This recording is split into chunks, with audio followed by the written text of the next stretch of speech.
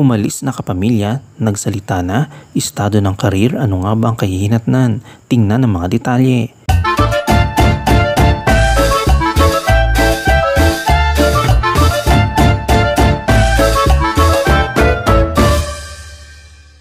Si dating kapamilya actress Liza Soberano ay patuloy na nasa pangalaga ng Careless Music kahit na sa mga kumakalat na chismis sa social media.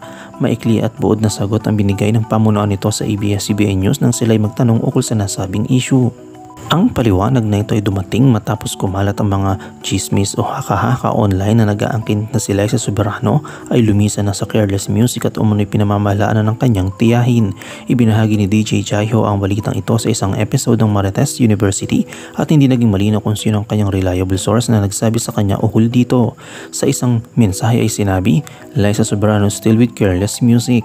No statement on the rumor. Thank you for clarifying. Sa pagbabahagi naman ng host na si Jaiho ay aniya, ayon po sa aking very reliable source, ang chika nga raw po ay wala na nga raw po itong si Liza under the management of Careless and also even kay James Reid wala na.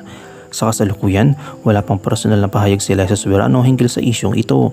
Iba't ibang reaksyon ang pinakita ng mga netizens ukol sa mga chismis sa social media. May ilan ang nagtatanggol sa aktres habang may iba naman ang kinokondena ang showbiz news show para sa peking balitang ito. Samantala, ang Hollywood debut film ni Liza Soberano na may title na Lisa Frankenstein ay nakatakda ng ilabas sa February 9, 2024. Gagampanan niya ang papel ng isang 80s high school cheerleader na may pangalang Taffy sa pelikula. Nauna nang nagpahayag ng kanyang excitement si James Reid, ang founder at president ng Careless Music, para sa nalalapit na Hollywood debut ng kanyang alaga. Sa isang panayam kasamang ABS-CBN News, ibinahagi ng singer-actor kung gaano kaibang Liza ang nasabing pelikula. Ang petsa ng paglabas ng nalalapit na Hollywood debut ni Liza Soberano ay naipahayag na sa opisyal na IG page ng pelikula. Ibinahagi nito na ito ay lalabas sa sinehan sa February 9 next year. Kasama ni Liza sa pelikula ang mga pangunahing bida na sina Kathryn Newton at Cole Sprouse.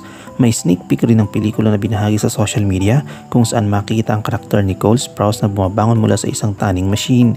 Sa ilalim ng direksyon ni Zelda Williams, ang script ng pelikula ay sinulat ni Diablo Cody.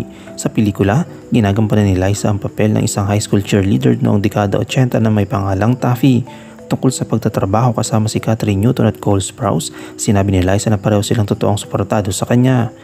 Ayon naman sa Deadline, ang Lisa Frankenstein ay nagkikwento ng kwento ng isang di kilalang estudyante ng high school na si Kathryn sa aksidenteng binubuhay ang gwapong Victorian corpse na si Cole sa panahon ng malakas na kidlat at sinisimulang ayusin ito upang maging lalaki ng kanyang mga pangarap gamit ang sirang tanning bed sa kanyang garahe.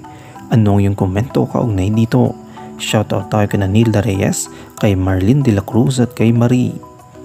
I-comment mo lang ang inyong opinion sa comment section at huwag kalimutang i-like, i-follow, i-subscribe ang bcgram.net para sa mga latest happenings.